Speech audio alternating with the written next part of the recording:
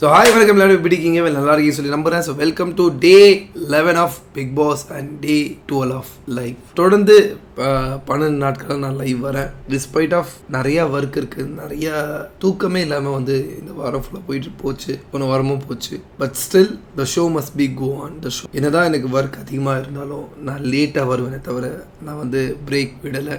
எனக்கு உடம்பும் சரியில்லை சுத்தமாக. பட் ஸ்டில் நான் லைவ் பண்ணுறேன். பிகாஸ் என்ன ஆனாலும் the show must go on. Plus நீங்களும் வெயிட் பண்ணிருப்பீங்க, நிறைய பேர் பார்க்குறது ஆடியன்ஸ் சைஸ் கம்மி தான். பட் எனக்காக உங்களோட வேல்யூபிள் டைம் ஸ்பெண்ட் பண்ணி வரீங்க, அதுக்கு நான் ரெஸ்பெக்ட் பண்ணுறேன். அதுக்கு தான் பார்த்தீங்கன்னா despite of all the odds நான் லைவ் வரேன். பிக் பாஸ் ரிவ்யூ நான் பண்ணுறேன். இந்த லைவ் கொஞ்சம் போராக இருக்கலாம், நான் நிறைய இரும்பலாம், ஸ்லோவாக பேசலாம், வாய்ஸ் ஒரு மாதிரி இருக்கலாம். உங்களுக்கு பார்க்க பிடிக்கலன்னு நீங்கள் போகலாம், கம்பல்ஷன் இல்லை. பட் பண்ண வேண்டியது நான் பண்ணி ஆகணும், அதுதான் நான் பண்ணிருக்கேன். சிவராஜ், அரோராவை கொஞ்சம் வெளியே அனுப்ப சொல்லுங்க.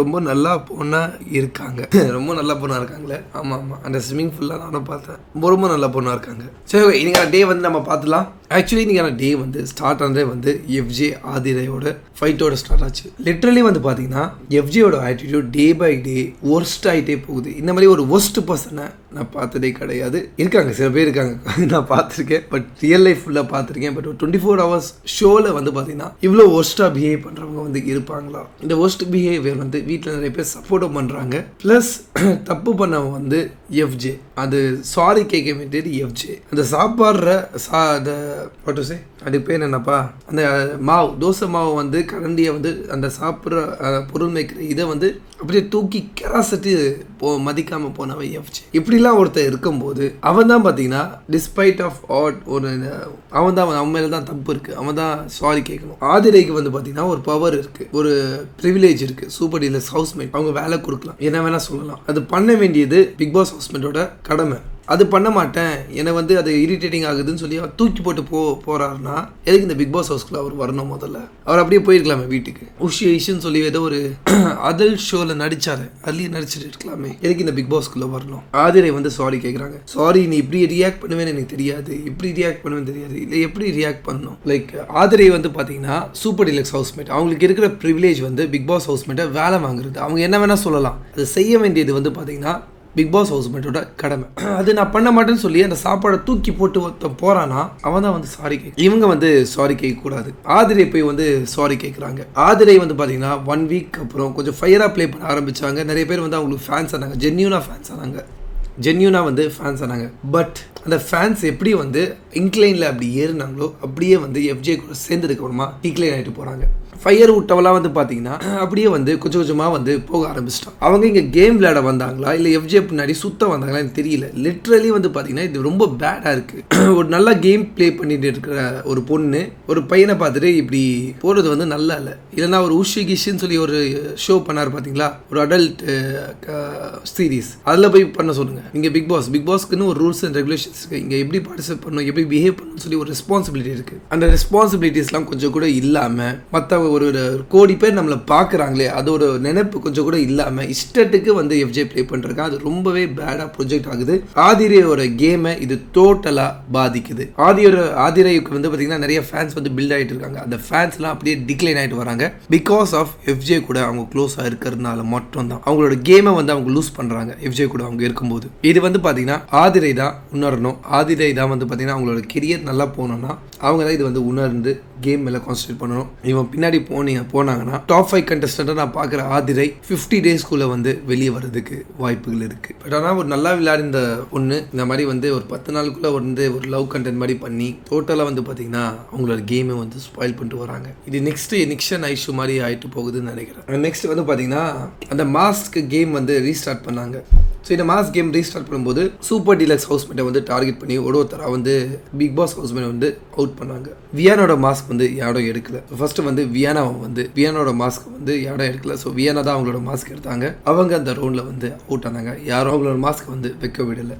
ஸோ இதுக்கு அடுத்தது நெக்ஸ்ட் ரவுண்ட் நடந்துட்டு பார்த்தீங்கன்னா இந்த நெக்ஸ்ட் ரவுண்டில் வந்து பார்த்தீங்கன்னா இப்போ ஒரு ஸ்லாட்டை தான் வந்து க்ளோஸ் பண்ணிட்டு வந்தார் பிக் பாஸ். இப்போ நெக்ஸ்ட் ரவுண்டில் வந்து 2 ஸ்லாட்டை வந்து க்ளோஸ் பண்ணார். இப்போ ஒருத்தர் வந்து கேம் விட்டு எலிமினேட் ஆக மாட்டார், 2 பேர் வந்து ஆவாங்க. ஸோ நெக்ஸ்ட் ரவுண்டில் வந்து பார்த்தீங்கன்னா ரம்யா ஜோ வந்து அவுட் ஆனாங்க. ரம்யா ஜோ அண்ட் தீபக்கா, யார் அவர் பேர், ஐயோ பேர் மறந்துட்டேன், பேர் எழுதுலங்க, ஐயோ பிரவீன். ரம்யா ஜோ அண்ட் பிரவீன் 2 பேர் வந்து அடுத்த ரவுண்டில் வந்து அவுட் ஆனாங்க. இதோட வந்து பார்த்தீங்கன்னா சூப்பர் டீலக்ஸ் வந்து எல்லாரும் வந்து அவுட் ஆனாங்க. இந்த இடத்துல சூப்பர் டீலக்ஸ் கொஞ்சமாச்சும் கோஆர்டினேட் பண்ணி கொஞ்சமாச்சும் வந்து பார்த்தீங்கன்னா அலையன்ஸ் போட்டு அவங்களுக்குள்ள சண்டை போடாமல் அவங்க அலையன்ஸ் இருந்து ஒரு கேங்காக இருந்து ஒரு டீமாக இருந்து அவங்க விளையாடி இருந்தாங்கன்னா மேபி இந்த ரவுண்டை வந்து அவங்க ஜெயிச்சிருக்கலாம். எக்ஸாம்பிள் லாஸ்ட் ரவுண்டில் வந்து பார்த்தீங்கன்னா அவங்கவுங்க ஃபோட்டோ காப்பாற்றிக்கணும், அவங்கவுங்களோட இந்த இடத்த தக்க வச்சுக்கிறோம்னு சொல்லி சூப்பர் டீலக்ஸ் ஹவுஸ்மேட் வந்து நினைச்சு அவங்க ப்ளே பண்ணியிருக்காங்க.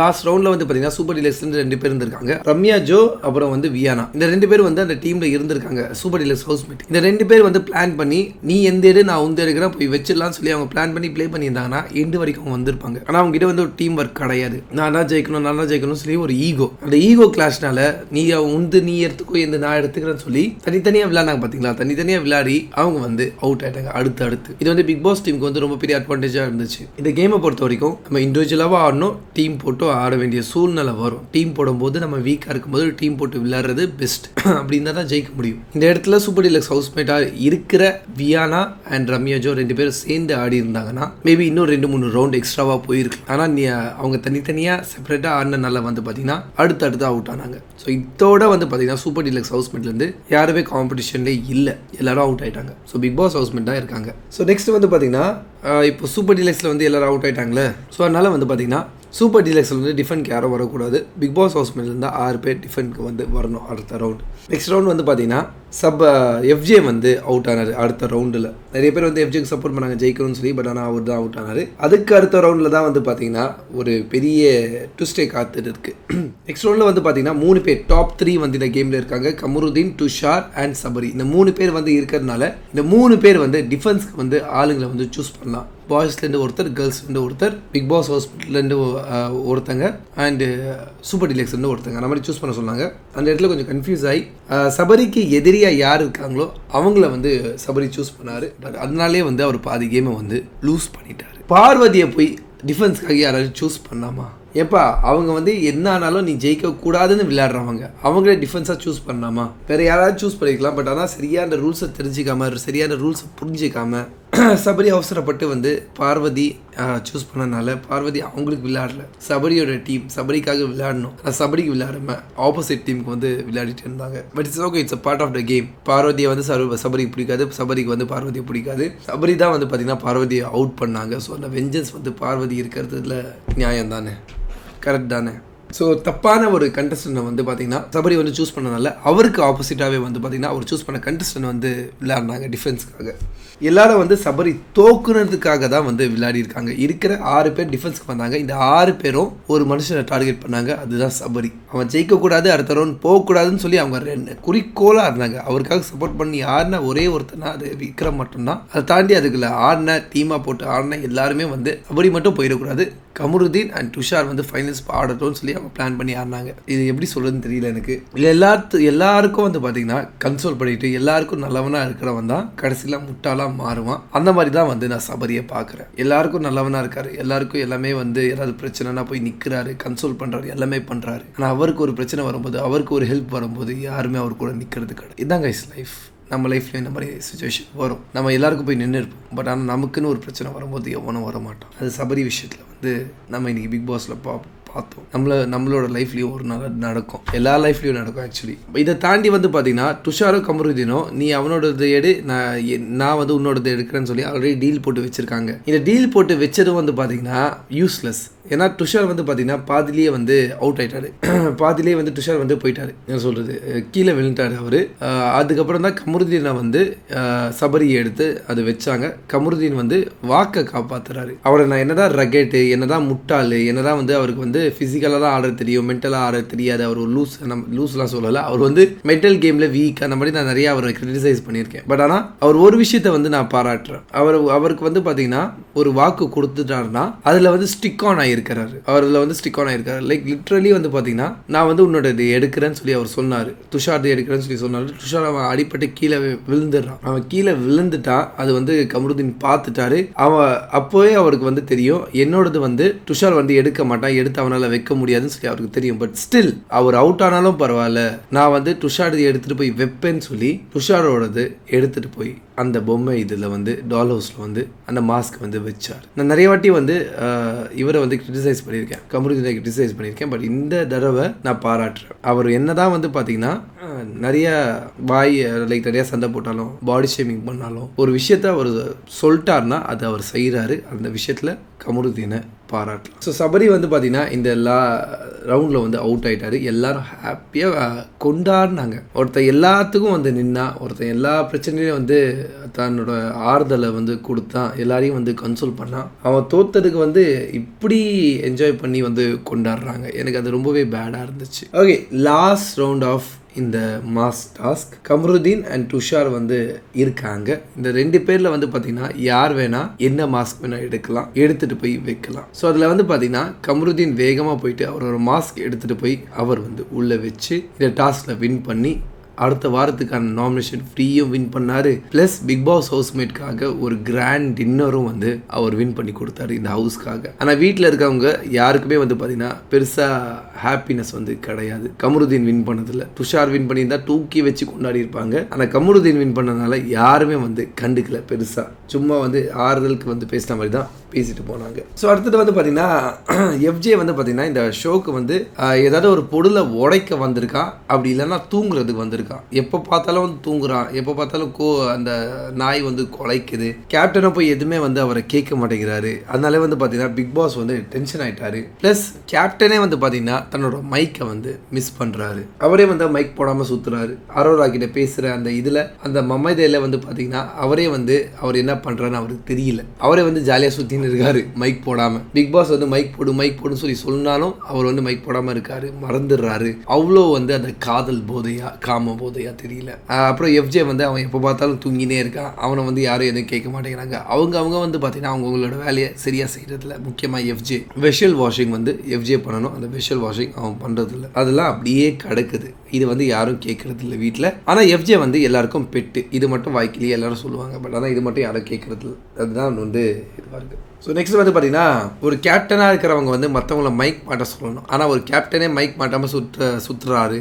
மற்றவங்க தூங்கும் போது எழுப்ப மாட்டேங்கிறாரு. இந்த மாதிரி நிறைய இன்டிசிப்ளின்டான ஆக்டிவிட்டிஸ் வந்து இந்த வீட்டில் நடக்கிறதுனால பிக் பாஸ் வந்து ஒரு ஹார்ட் டிசிஷன் வந்து எடுத்தார். என்னன்னு வந்து பார்த்தீங்கன்னா எல்லாரையும் லிவிங் ஏரியாவில் வந்து கூட்டிகிட்டு வந்து எல்லாரையும் வந்து நல்லா திட்டிட்டு இது வந்து ஒரு அமேசிங்கான ஷோ, இது வந்து ஒரு அமேசிங்கான ஷோ, இங்கே தான் வந்து பார்த்தீங்கன்னா உங்களோட டேலண்ட்டை முழுசாக காட்ட முடியும், இந்த ஆப்பர்ச்சுனிட்டியை வந்து நீங்கள் யூஸ் பண்ணுங்கள், இந்த மாதிரி நிறைய சொல்லிட்டு இந்த எல்லா சீசனும் வந்து பார்த்தீங்கன்னா ஒரு விஷயத்துக்கு வந்து ஃபேமஸாக இருக்கும். இந்த சீசன் ஒரு விஷயத்துக்கு ஃபேமஸாக இருக்குது, இன்டிசிப்ளினாக இருக்கிறது. அது எவ்வளோ பெரிய வார்த்தை தெரியுமா? 24/7 மக்கள் உங்களை பார்த்துன்னு இருக்காங்க. அந்த பார்க்குற மக்களுக்கு நீங்கள் உண்மையாக இருந்தீங்கன்னா இப்படி பண்ண மாட்டீங்க. இன்டிசிப்ளினாக இஷ்டத்துக்கு வந்து இந்த வீட்டுக்குள்ளே இருக்கிறவங்களாம் இருக்காங்க. அந்த ரூல்ஸ் அண்ட் ரெகுலேஷன்லாம் மதிக்கிறதே கிடையாது. இஷ்டத்துக்கு இருக்காங்க. பிக் பாஸோ டென்ஷன் ஆகிட்டு வந்து பார்த்தீங்கன்னா அவங்களுக்கு கொடுத்த அந்த இதை வந்து கேன்சல் பண்ணிட்டாங்க. துஷாருக்கு வந்து பார்த்தீங்கன்னா அந்த கேப்டன்சி கொடுத்தாங்க. ஜெயிச்சு அவர் வாங்கினாரு, கஷ்டப்பட்டு ஜெயிச்சு வாங்கினாரு, எல்லாம் ஓகே தான். ஆனால் அவர் சரியாக அந்த கேப்டன்சியை கேரி பண்ணாததுனால நிறைய தப்புகள் இந்த வீட்டில் நடக்கிறதுனால அந்த கேப்டன்சியை அப்படியே ரத்து பண்ணிட்டாரு. பட் ஆனால் இவ்வளோ நடந்ததுக்கு அப்புறமா லைக் அந்த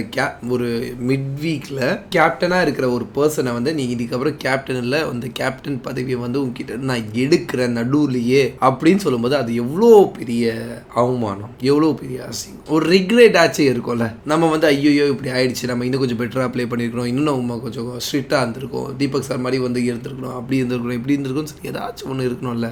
ஒரு கர்டசிக்கு ஒரு 2 நிமிஷம் 3 நிமிஷம் வந்து ஃபீல் பண்ணாப்புல அதை ஃபீல் பண்ணிட்டு திருப்பி வந்து பாத்தீங்கன்னா ஒரு கிராண்ட் டின்னர் வந்து பிக் பாஸ் அனௌன்ஸ் பண்ணாரு பாத்தீங்களா. அந்த கிராண்ட் டின்னர்ல பிளாக் அண்ட் பிளாக் போட்டுக்கிட்டு அரோரா பக்கத்துல உட்கார்ந்துக்கிட்டு அவங்க 2 பேரும் டேட் வந்து போயிட்டு பண்ணிட்டு இருக்காங்க. எனக்கு புரியல, இங்க பிக் பாஸ் வந்து நீங்க கேம் ஆட வந்தீங்களா இல்ல டூயட் பாடி லவ் பண்ண வந்தீங்களா? ஒரு கேப்டன்சி டாஸ்கை மிட் வீக்ல வந்து ஒருத்தங்களை வந்து புடிங்கி இருக்காங்க. அந்த புடிங்கில இருக்கிறது கொஞ்சமாச்சும் ரிக்ரெட் இருந்துச்சுன்னா உங்க ஃபேஸ்ல அது வந்து தெரியணும். சாப்பாடு போடுறாங்கன்னு சொல்லி அந்த டின்னர் அரேஞ்ச் பண்ணியிருக்காங்கன்னு சொல்லி ட்ரெஸ் போட்டுட்டு டோல் மேல கை தோல் மேலே கை போட்டு நான் தப்பு சொல்லலை. பட் ஆனால் ஒரு கேப்டன்சியை வந்து உங்ககிட்ட இருந்து பிடுங்கியிருக்காங்க. அதுக்கு வந்து நீங்கள் வந்து இப்படியே சிரிச்சுக்கிட்டு அந்த பொண்ணு பின்னாடி வந்து சுற்றிக்கிட்டு அந்த பொண்ணு கூட வந்து மேட்சிங்காக ட்ரெஸ் போட்டு கை போட்டுட்டு திஸ் இஸ் ஃபார் யூடான்னு சொல்லி வந்து கேமரா பார்த்து சிரிச்சிட்டு இருப்பீங்களா? லெஸ் தென் 1 ஹவரில் எனக்கு புரியல இது எப்படி நான் எடுத்துக்கிறேன்னு சொல்லி. துஷார் ஃபர்ஸ்ட் உள்ள வரும்போது நிறைய பேர் வந்து துஷாரை சப்போர்ட் பண்ணாங்க அவரோட வாய்ஸ்க்காக. அவர் கேம் பிளே பண்ணுறதை வச்சு பார்க்கும்போது அந்த கேப்டன்சிலாம் வின் பண்ணாங்க பார்த்தீங்களா. பட் ஆனால் எப்போ இந்த அரோரா கூட அவங்க சேர்ந்தாங்களோ துஷாரோட கேம் காலி. அந்த அரோரா பின்னாடி வந்து துஷார் சுற்றின்னு இருக்காரு, அரோரா கிட்டேயே இருக்காரு, ஒட்டிக்கிட்டே இருக்காரு. எப்போ அவங்க பிரிஞ்சு வராருங்களோ அப்போதான் வந்து துஷார் வந்து கேம் விளையாட ஆரம்பிப்பான். இல்லைனா துஷார் வந்து டாட்டா பை பை சொல்லி வீக் பண்ணி வெளியே அனுப்ப வேண்டியதான். மிட் வீக்குங்க யாருமே வந்து மிட் வீக் கேப்டன்சி வந்து பிடுங்க மாட்டாங்க. இந்த யாரு நிறைய பேர் வந்து பிடுங்கினதே கிடையாது. பிக் பாஸ் ஹிஸ்ட்ரியிலேயே இது 2வது வாட்டி நான் நினைக்கிறேன் இப்படி பிடுங்குறது. இந்த கேப்டன்சி டாஸ்க்கை ரத்து பண்ணியிருக்காங்க, அதெல்லாம் நடந்திருக்கு. ஆனால் மிட் வீக்ல வந்து பிடுங்கினதே கிடையாது. அப்படி பிடுங்கி அதுக்கான கொஞ்சம் கூட ரிக்ரெட் இல்லாமல் டின்னர் போயிட்டு டேட்டு போயிட்டு ஒரு பொண்ணு கூட வந்து நல்லா ஜாலியாக சிரிச்சு பேசிட்டு கேமரா கூட சியர்ஸ் அடிக்கிறதுலாம் என்ன எனக்கு எப்படி சொல்றதுன்னு தெரியல. ஒரு வீட்டு கேப்டன் தான் எப்படி இருக்கணும், எவ்வளோ பெரிய பவர் அது. அந்த பவருக்கான மதிப்பு மரியாதை இல்லை, அந்த கேப்டன்சிக்கான மரியாதையே வந்து இல்லாமல் போயிடுச்சு. பட் எனிவேஸ் அந்த கேப்டன்சிக்கான மரியாதையே வந்து பார்த்தீங்கன்னா துஷார் கிட்ட வந்து இல்லாமல் போயிடுச்சு. டோட்டலாக அவர் வந்து அன்டிசர்விங்கான ஒரு கேப்டனாக நான் வந்து பார்க்குறேன். அட்லீஸ்ட் அவர் வந்து ஃபீல் பண்ணியிருந்தாருன்னா இந்த டின்னரை வந்து எனக்கு டின்னர் வேணாம், எனக்கு சாப்பிட பிடிக்கல, எனக்கு வந்து வருத்தமாக இருக்குன்னு சொல்லி அவர் சொல்லியிருந்தாருன்னா மேபி கொஞ்சமாச்சும் அவர் மேலே வந்து இறக்கம் வந்திருக்கலாம். ஆனால் ஜாலியாக எதுவுமே நடக்காத மாதிரி டின்னரை வந்து ஒரு பொண்ணு கூட ஒரு டேட்டு போகிற மாதிரி என்ஜாய் பண்ணி பண்ணார் பார்த்தீங்களா. லைஃப்பில் மறக்க மாட்டேன் ப்ரோ. நெக்ஸ்ட் வந்து பார்த்தீங்கன்னா இப்போ வந்து இவங்களுக்கு வந்து டின்னர் ரெடி பண்ணுறாங்க. பிக் பாஸ் ஹவுஸ்மேட்டுக்கு வந்து கிராண்ட் டின்னர் இருக்குது, சூப்பர் டீலக்ஸ் ஹவுஸ்மேட்டுக்கு வந்து டின்னர் கிடையாது. அதை குக் பண்ணி தர வேண்டியது வந்து பார்த்தீங்கன்னா பிக் பாஸ் ஹவுஸ்மேட்டோட பொறுப்பு. இது அவங்களோட பொறுப்பு, அவங்க தான் வந்து அது பண்ணணும். அது பண்ணாமல் நாங்களே வந்து குக் பண்ணிக்கலாமா, நாங்களே வந்து குக் பண்ணிக்கலாமா புரியலையே. இது நீங்கள் சூப்பர் டீலக்ஸ் தானே, நீங்கள் உங்களுக்கு வந்து பார்த்தீங்கன்னா ஒரு ப்ரிவிலேஜ் இருக்குல்ல, உங்களுக்கு என்ன வேணுமோ வந்து நீங்கள் வந்து அவங்கள சொல்லலாம், அவங்க சமைச்சு கொடுக்கணும் தானே. அதனால ரூல்ஸில் இருக்குது. அந்த ரூல்ஸில் இருக்கிறத வந்தால் நீங்கள் அதை யூஸ் பண்ணுங்க. உள்ளுக்குள்ளேயே பேசிட்டு நாங்கள் போய் சமைச்சிக்கலாமா பிக் பாஸ், பிக் பாஸ் சொல்லுங்கள் பிக் பாஸ், அங்கேருந்து ஒருத்தங்க வந்து சமைச்சு கொடுங்கன்னு சொல்லி பார்வதி வந்து சொல்லிட்டு போறாங்க. அவங்க சொல்றது வந்து பாத்தீங்கன்னா அவங்க போட்டு கொடுக்குறதா எண்ணமா இருக்கலாம், இல்ல அவங்க வந்து நல்லவங்களா காட்டிக்கிற எண்ணமா இருக்கலாம். பட் அதான ஃபேக்ட். உங்களுக்கு நீங்க என்ன சாப்பிடுவீங்க, உங்களுக்கு என்ன ஃபுட்டு வந்து இருக்கு நைட்டுக்கு, அவங்க சமைச்சு கொடுத்தாதானே நீங்க சாப்பிட்றதுக்கு. நீங்க சமைக்க கூடாது, மற்ற அவங்கள வச்சு வேலை வாங்குறது தானே உங்களோட வேலை. அந்த வேலை நீங்க பண்ணாம நாங்க சமைச்சிக்கலாம்னு சொல்லி பிக் பாஸ் கிட்ட கேட்டா அவர் எப்படி பதில் சொல்லுவாரு? காமன் சென்ஸ் வேணாமா? சுபிக்ஷாவுக்கும் வியானாவுக்கும் ஃபீல் பட்டு அழுதுட்டு இருக்காங்க. Plus Bigg Boss super deluxe housemate வந்து வீட்டோட எந்த வேலையும் செய்யக்கூடாது. அந்த பாத்திரத்தை வாஷ் பண்றது கூட வந்து அவங்க பண்ணக்கூடாது. அதுதான் ரூல் புக்ல வந்து இருக்கு. அவங்க பாத்திரத்தை வாஷ் பண்ற அளவுக்கு போனாங்க, பட் ஆனால் வாஷ் பண்ணல. அதோட வாஷ் பண்ற வேண்டியவன் வந்து பாத்தீங்கன்னா FJ. அவன் என்ன பண்ணிட்டு இருந்தான், காலில இருந்து தூங்கின்னு இருந்தான். அவனோட வேலையை அவன் பண்றது இல்ல. எல்லா பாத்திரமும் வந்து பாத்தீங்கன்னா வாஷ் பண்ணாம அழுக்கா இருக்கு. அது பண்ண வேண்டிய ஆள் வந்து FJ. அவன் வந்து தூங்கின்னு இருக்கான். அவனை வந்து கேட்கல. இவங்களை வந்து கேட்கறாங்க, ஏன் ட்ரெஸ் பண்ணி முடிச்சதுக்கு அப்புறம் தான் சொல்வீங்களா, அதுக்கு முன்னாடி சொல்ல மாட்டீங்களா? ஏமா it's a common sense. It's a common sense. Bigg Boss ஹவுஸ்மேட்க்கு தான் டின்னர் அரேஞ்ச் பண்ணி இருக்காங்க. சூப்பர் டீலக்ஸ் ஹவுஸ்மேட்க்கு வந்து டின்னர் கிடையாது. நீங்க ஒரு ஹவுஸ்மேட்டா ஒரு கர்ட்டஸியா கிச்சன் வந்து உங்க பொறுப்புல இருக்கு. அவங்க சமைக்க முடியாது, நீங்க தான் சமைக்க முடியும். நீங்க தான் அவங்களுக்கு வந்து சமைச்சு கொடுத்துட்டு நீங்க ட்ரெஸ் அப் பண்ணிட்டு நீங்க போயிருக்கணும். பிளஸ் நீங்க ட்ரெஸ் அப் பண்ணிட்டு எங்கேயோ வந்து ஒரு வெளியே ஒரு பார்ட்டிக்கோ இதுக்கும் போறது கிடையாது. உங்களை வந்து ஷார்ட்ஸ்லயே நாங்க பார்த்திருக்கோம், கோர்ட்லயே நாங்க பார்த்திருக்கோம். நீங்க வந்து வீட்டுல எப்படி இருக்கீங்களோ அந்த மாதிரி தான் இந்த பிக் பாஸ் ஹவுஸ்லயும் இருக்கீங்க. பாக்குற எங்களுக்கு வந்து பெரிய டிஃபரன்ஸ்லாம் கிடையாது. நாங்க வந்து ஜென்ரலா உங்களை வந்து பாக்குறோம். நீங்க இங்க இருந்து அந்த ரூமுக்கு வந்து டிரான்ஸ்ஃபர் ஆகும்போது போகும்போது நீங்க நல்லா ட்ரெஸ் பண்ணாலும் ஒண்ணுதான், இல்ல ஷார்ட் டிஷர்ட்ல போனாலும் எங்களுக்கு ஒண்ணுதான். ஏன்னா எல்லா இடத்துலயும் உங்களை நாங்க பார்த்துட்டோம். நீங்க வந்து ட்ரெஸ் போட்டுட்டு வந்து வாஷ் பண்றது வந்து அவ்வளோ இதுவாலாம் நினைக்க தேவையில்லை. அதோ FJலாம் வந்து திமிர்த்தனமா வந்து அந்த இதை வந்து கழட்டி போட்டு தூக்கி போட்டெல்லாம் வந்து ரொம்ப ஓவர் ஆட்டிடியூடா இருக்கு. இந்த மாதிரி ஒரு ஆட்டிடியூடான ஒரு ஆளை நான் பார்த்ததே கிடையாது. கேவலமா பண்றான். இல்ல நான் பார்த்துருக்கேன். இந்த மாதிரி இதோட ஓவர் ஆட்டிடியூட் கூட நான் பார்த்துருக்கேன். பட் ஸ்டில் இப்போ கொஞ்ச நாள் ஒரு 3 மாசமா பார்த்துன்னு இருக்கேன். இந்த மாதிரி வந்து ஒரு கேவலமா வந்து பாத்தீங்கன்னா அவன் பண்றான். அவனை ஒரு வார்த்தை யாருமே எதுவுமே கேட்க மாட்டேங்கிறாங்க. ஏன் எதுக்கு? இதுவே சபரி பண்ணியிருந்தாலோ இல்ல பார்வதி பண்ணியிருந்தாலோ இல்ல திவாகர் பண்ணியிருந்தாலோ கேட்பான். FJ இருக்கிறதுனால அப்படியே சைலண்டா போறாங்க. அது எதனால, ஏன்னு எனக்கு இப்போ வரைக்கும் தெரியல, புரியல. பட் அதுக்கப்புறம் வந்து சமைச்சு கொடுத்தாங்க, எல்லாமே ஓகே தான். அது அவங்களுக்கான சாப்பாடு சமைச்சு கொடுத்தாங்க. பட் இது வந்து ஒரு பேசிக் காமன் சென்ஸ். நம்ம டின்னர் போறோம், அவங்களுக்கு டின்னர் இல்லை, நம்ம சமைச்சு கொடுக்கணும். It's a common sense. இதை வந்து அவங்க முன்னாடியே யோசிச்சிருக்கணும். இது பண்ணாம இருந்தது 2 பேரோட ஒரு தப்பு தான் நான் சொல்வேன். சூப்பர் டீலக்ஸ் ஹவுஸ்மேட்டோட தப்பும் பிக் பாஸ் ஹவுஸ்மேட்டோட தப்பும் தான். அவங்க அது ப்ராப்பராக அது பிளான் பண்ணிக்கணும், முன்னாடியே அவங்க இன்ஃபார்ம் பண்ணி முன்னாடியே சமைக்க சொல்லி இருக்கணும். பட் ஆனால் அப்புறமா சொன்னாலும் அவங்க பண்ண வேண்டியது அவங்களோட பொறுப்பு தான், அது அவங்களோட வேலை தான், அது அவங்க அதை பண்ணணும். அவங்க பண்ணி கொடுத்தாங்க. பட் நிறைய ட்ராமா வந்து அதுக்குள்ளே வந்து போச்சு. ஸோ நெக்ஸ்ட் வந்து பார்த்தீங்கன்னா பிக் பாஸ் ஹவுஸ்மேட் வந்து டின்னருக்கு வந்து போனாங்க. அவங்களுக்காக அது வந்து பார்த்திங்கன்னா அமேசிங்கான டின்னர் வந்து அரேஞ்ச் பண்ணி வச்சுருந்தாங்க. ஸோ நிறைய பேர் நல்லா சாப்பிட்டாங்க. சாப்பிட்றது பிரச்சனை இல்லை, ஆனால் சாப்பிடாம அந்த சூப்பர் டீலக்ஸ் ஹவுஸ்மேட் வந்து இருக்காங்க பார்த்தீங்களா, அவங்களுக்கு வந்து மெயின் ஏரியாவில் வந்து அது போட்டு காட்டுறது இருக்குது பார்த்தீங்களா, அதுதான் வந்து வெறுப்பு. நம்மளை சாப்பிட முடியல, ஆனால் இன்னொருத்தவங்க சாப்பிட்றது பார்க்கும்போது ஒரு மாதிரி வயிற்றெரிச்சலாக இருக்கும். அந்த வயிற்றெரிச்சல் வந்து அவங்க வந்து அந்த வயிற்றெரிச்சல் அவங்களுக்கு போச்சுன்னா நாளைக்கு வாந்தி பேதி வந்து தான் அது யாருக்கு பொறுப்பு? அவங்க தான் பொறுப்பு. பட் ஸ்டில் அங்கே தான் அந்த எங்கே போய் டின்னர் சாப்பிட்டாங்க பார்த்தீங்கன்னா, அந்த டின்னர் சாப்பிட்ட வரைக்கும் எனக்கு ஓகேங்க. அங்கே அந்த இடத்துல வந்து துஷார் வந்து அந்த டின்னரை சைலண்டாக சாப்பிட்டு சைலண்டாக வெளியே போயிருக்கலாம். ஆனால் அரோரா பக்கத்தில் உட்காந்துக்கிட்டு ஏதோ டேட் வர மாதிரி தோல் மேலே கை போட்டுக்கிட்டு கேமரா பார்த்து சிரிச்சுக்கிட்டு, டேய் ஒரு 2 hours பிஃபோர் தாண்டா உன்னோட கேப்டன்சியை நீ லூஸ் பண்ணியிருக்க மிட் வீக்ல. பிக் பாஸ் ஹிஸ்டரியில் இந்த 9 yearsல நீ 2வது ஆளு. அது நினைச்சு நீ வெக்கப்படணும். ஆனால் நீ வந்து ஒரு 2 hours வந்து பார்த்தீங்கன்னா டேட் போகிற மாதிரி என்ஜாய் பண்ணிருக்க.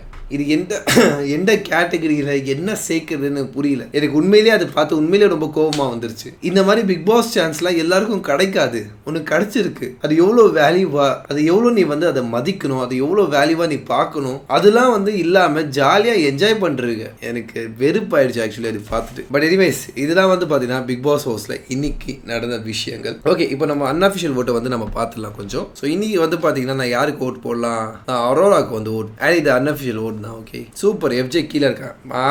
இன்னைக்குன்னு பார்த்து தீபாவளி வீக் வருதே, எவிக்ஷனை கேன்சல் பண்ணுவாங்களே, எஃப்ஜே வேஸ்ட் ஆச்சு. ஓகே எனிவேஸ் நம்ம இதை பார்த்துலாம். இது வந்து பார்த்தீங்கன்னா அன்அஃபிஷியல் ஓட் தான், அஃபிஷியல் ஓட் கிடையாது. ஸோ ஃபார் 5,91,000 பேர் வந்து இதில் வந்து ஓட் பண்ணியிருக்காங்க. அதில் வந்து ஒரு ரேஷியோ வந்து நம்ம பார்க்க போகிறோம். ஸோ திவாகர் வந்து பார்த்தீங்கன்னா ஃபர்ஸ்ட்ல இருக்காரு. 1,38,000 ஓட்ஸ் வாங்கியிருக்காரு. ஆல்மோஸ்ட் 6 lakhs மக்கள் வந்து ஓட் போட்டிருக்காங்க. அது 6 lakhsல 1,30,000 ஓட்ஸ் வந்து திவாகருக்கு மட்டும் போயிருக்கு, வாட்டர்மெலன் ஸ்டாருக்கு மட்டும் போயிருக்கு. 23% ஓட் ஷேர் வந்து அவர் வச்சிருக்காரு. நெக்ஸ்ட் வந்து பாத்தீங்கன்னா சபரி இருக்காரு.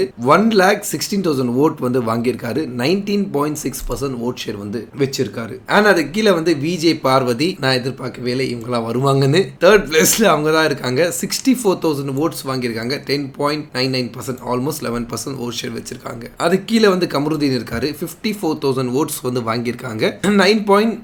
9% ஓட் ஷேர் வந்து வச்சிருக்காரு. அது கீழே வந்து பாத்தீங்கன்னா ரம்யா ஜோ இருக்காங்க. இவங்களுக்கு எதுக்கு ஓட் போடுறாங்க நிஜமா எனக்கு தெரியல. 47,000 பேர் இவங்களுக்கு ஓட் பண்ணியிருக்காங்க. 8.11% ஓட் ஷேர் வச்சிருக்காங்க. அது கீழே வந்து பாத்தீங்கன்னா அப்சரா வந்திருக்காங்க. 43,000 ஓட்ஸ் வந்து வாங்கியிருக்காங்க. 7.4% ஓட் ஷேர் வச்சிருக்காங்க. அது கீழே வந்து பாத்தீங்கன்னா பாட்டம் 3ல வந்து பாத்தீங்கன்னா அரோரா வந்து இருக்காங்க. 42,000 ஓட்ஸ் வந்து வாங்கியிருக்காங்க. 7.17% ஓட் ஷேர் வந்து வச்சிருக்காங்க. அண்ட் பாட்டம் 2ல வந்து பாத்தீங்கன்னா கெமி இருக்காங்க. 41,000 ஓட்ஸ் வந்து வாங்கியிருக்காங்க.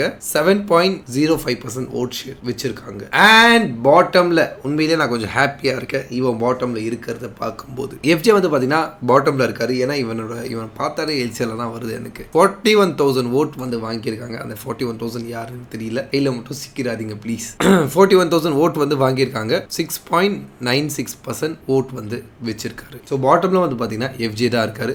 ஆக்சுவலி லிட்டரலி வந்து பாருங்களேன், திவாகருக்கும் எஃப்ஜேக்கும் எவ்வளோ ஓட்டு டிஃப்ரெண்ட் வந்து பாருங்களேன். Almost 1 lakh vote different. Divakar 1,38,000, FJ வெறும் 41,000. ஆல்மோஸ்ட் 1 லட்சம் ஓட்டுகள் வந்து வித்தியாசமா இருக்கு ஃபர்ஸ்ட்டுக்கும் லாஸ்ட்டுக்கும். இது ரொம்ப பெரிய நம்பர் ஆக்சுவலி, ரொம்ப பெரிய நம்பர். பட் இப்போ என்ன வருத்தம்னா எஃப்ஜே லீஸ்டா இருக்கிறது வந்து எனக்கு கொஞ்சம் ஹாப்பியா தான் இருக்கு. அது வந்து எந்த ஒரு மாற்று கருத்தும் இல்லை. அன்பார்ச்சுனேட்லி இந்த வாரம் வந்து தீபாவளி வாரம். ஸோ தீபாவளி வரதுனால மோஸ்ட் ப்ராபபிளி எவிக்ஷனை கேன்சல் பண்றதுக்கு எல்லா வாய்ப்பும் இருக்கு. ஸோ எவிக்ஷனை கேன்சல் பண்ணா இவன் வந்து தப்பிச்சிருவான். அதுதான் எனக்கு கொஞ்சம் வருத்தமாக இருக்குது. எவிக்ஷனை கேன்சல் பண்ணாமல் அவனை எவிக்ஷன் வச்சு இவனை வெளியே அமிச்சாங்கன்னா ஐ எம் ஹாப்பி என்னாச்சு, ஐ எம் ஹாப்பி. அந்த ஹாப்பினஸ் வந்து வரும். பட் எவிக்ஷன் வச்சு இவனை வெளியே அனுப்புகிறாங்களா இல்லை இவங்களை வந்து கேரி பண்ணிட்டு வீட்டுக்குள்ளேயே வச்சுருக்காங்களான்னு சொல்லி நம்ம வெயிட் பண்ணி தான் பார்க்கணும். நாளைக்கு தெரியாது, நாளான்னைக்கு சாட்டர்டே வந்து தெரிஞ்சிடும் எவிக்ஷன் இருக்கா இல்லையா, எவிக்ட் ஆகுறாங்க இல்லையான்னு சொல்லி சாட்டர்டே எபிசோடில் நமக்கு தெரிஞ்சிடும். அது வந்து நம்ம வெயிட் பண்ணி பார்க்கலாம். ஸோ இதுதான் கைஸ் இன்னைக்கான எபிசோடில் நடந்தது. அண்ட் அன்அஃபிஷியல் ஓட் லிஸ்ட்டும் சொல்லிட்டேன்.